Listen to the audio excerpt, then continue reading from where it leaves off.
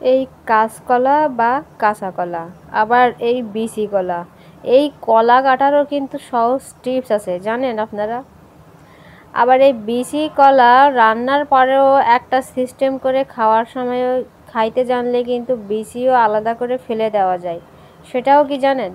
যদি না জেনে থাকেন পুরো ভিডিওটির সঙ্গে থাকেন, সব কিছু জানতে পারবেন। আসসালামু আলাইকুম দর্শক, আজকের পর্বে সবাইকে অনেক স্বাগত জানাচ্ছি।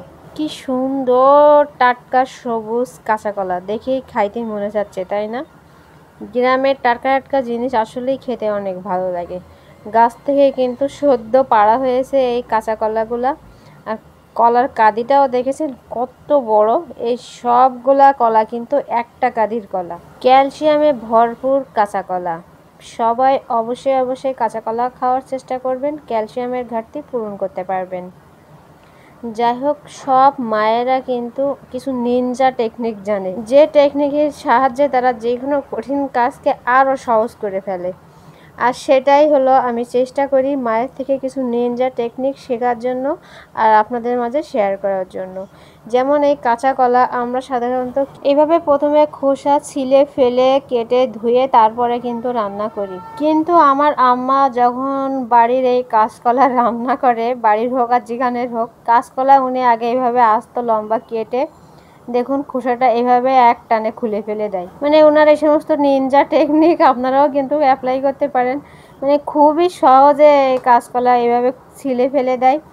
এখানে একটু আর খোসাও থাকে না, আর কাজটা তাড়াতাড়ি হয়ে যায়। আর আম্মা বলে এইভাবে ছিলে রান্না করলে নাকি খেতেও ভালো লাগে, একটুও খোসার কষ থাকে না। তবে এইভাবে খোসা ফেললে আমার কাছে মায়া লাগে, যে খোসার গায়ে অনেকটা, পুরো খোসা বাদ দিলে শ্বাস মনে হয় কি থেকে যায়। আপনারা এই খোসাটাও ফেলে না দিয়ে চাইলে কিন্তু কুচি কুচি করে একটু ভাপ দিয়ে ফেলে পেঁয়াজ রসুন দিয়ে ভাজি করেও কিন্তু খেতে পারেন। আর কাঁচকলা রান্নার সময় এভাবে খোসা তাড়াতাড়ি ছিলে ফেলে দিয়েও কিন্তু রান্না করতে পারেন, একটুও এর গায়ে খোসা থাকে না। আর কি বলবো, যেহেতু আমার নিজের বাড়ির গাছের কলা, তাই উনি ইচ্ছে মতো যখন ইচ্ছা হয় ইচ্ছা মতো কলা পেড়ে এইভাবে ছিলে রান্না করে। আমরা তো মাছ দিয়ে রান্না করি, আবার এই কাঁচা কলা কুচি এরকম ছোট ছোট করে পাতলা করে কুচি করে ভাজি করে খেতেও কিন্তু অসম্ভব মজা লাগে।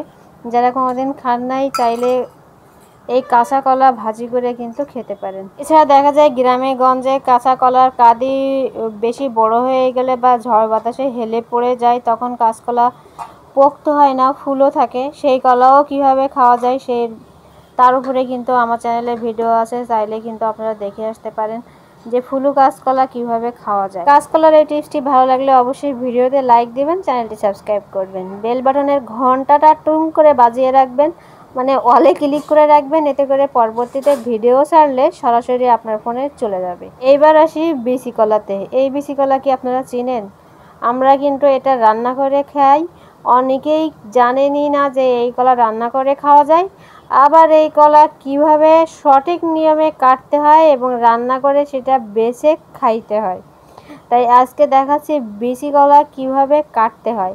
এই কলা প্রথমে কলার মাঝখান থেকে কেটে নেবেন। দেখুন দুই ভাগ করে কেটে নিয়েছি। আপনারা ফোনে হয়তো কতটুকু বুঝতে পারছেন জানি না, যারা বাস্তবে কাটবেন খুব ভালোভাবে খেয়াল করে দেখবেন যে এর ভিতরে লাইন টানা আছে, আলাদা ভাগ ভাগ করা, ঠিক এই লাইন বরাবর আপনারা আবার কাটবেন। দেখুন কেটে নিয়েছি, মানে অর্ধেক কলাকে আবার ওই মাছ বরাবর যেখানে দাগ আছে সেইখান থেকে অর্ধেক করে এরপর এভাবে আস্তে আস্তে করে খোসা ছাড়িয়ে নিতে হবে, ঠিক কাঁচকলার মতো। করা হয়ে গেলে দেখবেন ওই অর্ধেক অংশ এভাবে লাইন করা আছে, ঠিক যেভাবে লাইন দেওয়া আছে ওই লাইন বরাবর এভাবে আবার ছাড়িয়ে নেবেন।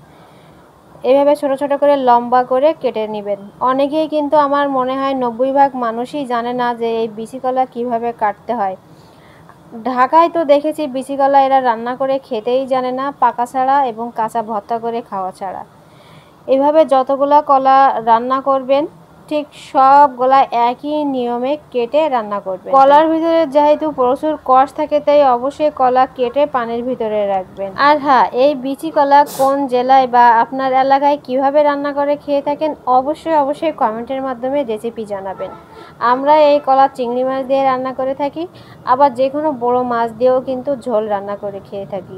তবে এই বিচি কলা থেকে বিচি আলাদা করে বেছে খাওয়ার ঝামেলার কারণেই কিন্তু অনেকেই বিচি কলা খেতে চান না রান্না করে।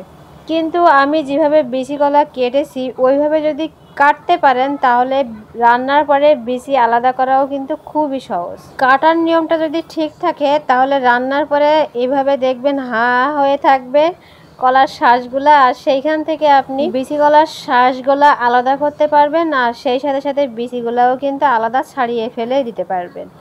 আপনারা কিন্তু হাতের টেকনিক দেখলেই বুঝতে পারবেন যে আমি কিভাবে কলার শাঁসগুলা বা মাংসগুলা আলাদা করে নিচ্ছি আর বিচিগুলা আলাদা করে ফেলছি। সত্যি সত্যি আমি গ্যারান্টি দিয়ে বলছি, যদি আপনারা এইভাবে সঠিক নিয়মে বিচি কলা কাটতে পারেন এবং রান্না করতে পারেন তাহলে অবশ্যই কলা থেকে বিচিগুলা এইভাবে আলাদা করতে পারবেন। আর তা না হলে যান আমার গাল আপনাদের হাতে দিয়ে দিলাম।